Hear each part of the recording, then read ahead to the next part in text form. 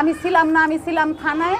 আমার ছোট ছেলের নিয়ে তারা যথেষ্ট পরিমাণ করছে, কিন্তু এই পর্যন্ত এখন যে রাত্রে যে আমার ছেলে যদি বলে, ডাক্তারে বলে যে আপনার ছেলের জন্য এই জিনিসটা আনা লাগবে, সেই জিনিসটা আমি আনতে পারবো না, এই ক্ষমতা আমার নেই। এখন অর্থনৈতিক সমস্যা চিকিৎসা চালাতে আপনাকে হিমশিম খেতে হয়। এখন এই মুহূর্তে আপনার কাছে কি পরিমাণ অর্থ আছে তাকে চালানোর মতো? না, আমার কোনো চিকিৎসার ক্ষেত্রে হারাম হয়ে যাবে, আমার কাছে টাকা নাই বাবা, আমি মিথ্যা কথা বলবো না।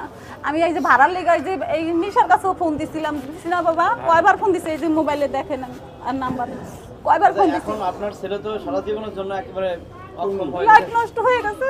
কারণ একটা মায়ের কাছে আসলে মানে এই ব্যাপারটা খুবই বেদনাদায়ক, অনেক কষ্টের একটা ব্যাপার।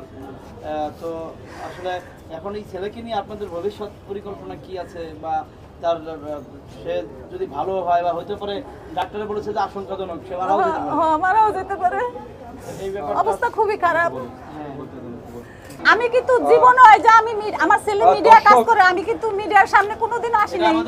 শিখা অনেক ঝামেলা করছে, তারপর আমি আসি নাই কেন জানেন? আমি গরিব হইলেও আমার সম্মান আছে, মান আছে, কিন্তু আমি কোনো সময় মিডিয়ার সামনে আসি নাই। আচ্ছা, কিন্তু আমি এখন ওই যে আসছি কিসের জন্য? আমার ছেলের এই পরিস্থিতির কারণে আমি আসছি। আরে ওই টাকাটা যাইতেছি একটু দেন। দর্শক দেখেন, অলরেডি একজন জুনিয়র সাকিবের যে ভক্ত, সে অলরেডি তার প্রতি বেদনা প্রকাশ করে তার মায়ের হাতে 1000 টাকা তুলে দিয়েছে। না, আমার কাছে আরেকজন 700 টাকাও দিয়েছে। এভাবে যদি সবাই সহযোগিতা করেন, কারণ আমার ছেলের চিকিৎসাটা হবে। এইভাবে সবাই নেন খালা, এই যেটা একজন দিচ্ছে আপনারে, তো এইভাবে সবাই যদি সহযোগিতা করেন, আমার মনে হয় যে এই ছেলেটা নতুন জীবন ফিরে পাবে। এবং এই ছেলেটা জুনিয়র সাকিব কিন্তু তার সংসারের বড় ছেলে, এর ইনকাম দিয়েই কিন্তু এরা চলে, ওনারা পরিবারটা চলে। খুবই একটি নর্মাল পরিবার, নিম্ন পরিবার, কারণ অনেক স্বপ্ন নিয়ে কিন্তু এই মিডিয়া এসেছে কিছু করার জন্য। তো আজকে কিছু করতে পারে নাই, কারণ এর পিছনে আসলে আপনারা দেখেছেন। তো এই যে ছোট ভাই আছে, ওর বিকাশ নাম্বারটা এই যে আমার ছেলের জন্য হাত বাড়ায় দেন, আপনারা সহযোগিতা করেন। আর কি বলবো, আমি কিছু বলতে পারি না। আচ্ছা, আর একটা শেষ আন্টি, আপনাকে যে এটা থ্রেট দিছে, আপনাকে থ্রেট মানে ভয় দেখাইছে আবার শিখা, তো এইগুলোর জন্য কি আপনি আবার কিছু মানে আমার ছেলের জন্য আবার এই মামলা হয় নাই, আমি এই মামলা মানি না, আরো মামলা করতে হবে ওর নামে। কিসের জন্য? ও আমার হুমকি দিতেছে, আমার মেজো ছেলেরও এর ভিতরে হুমকি দিছে, বলছে যে তোরও খবর আছে। এই মানে এই যে পুলিশে দিছিল সাকিবরে, তখন বলছিল আমার ছেলে একটু যে ওর সাথে একটু ঝগড়া করছিল আমার ছেলের বিষয়ে, ওরে হুমকি দিছিল আমার মেজো ছেলেরে। আচ্ছা, আপনি এই ব্যাপারে মাননীয় প্রধানমন্ত্রীর দৃষ্টি আকর্ষণ করছেন কিনা? হ্যাঁ, মাননীয় প্রধানমন্ত্রীর কাছেও আমার আবেদন যে সে জানি সুবিচারটা আমার ছেলের জন্য করে। আমি মা হয়ে বলতেছি, তার কাছে আমি একটু চাই বিচার, আর কিছু না। আন্টি শেষ করে দেবো। ব্যাপারটা হলো যে জুনিয়র সাকিবের যে ঘটনা ঘটাইছে, তারা নাকি অচেতন অবস্থায় এই কাজগুলো করেছে, রাত্রে ওষুধ খাওয়াইছে। এবং কি খাওয়াইছে আমি তো বলতে পারি না, আমার মনে হুঁশ ছিল না, আর হুঁশ ছিল না, আর বলে হুঁশ ছিল না। ঘুমের ঘরে এই কাজগুলো করেছে, এবং এর সাথে আর কেউ জড়িত আছে কিনা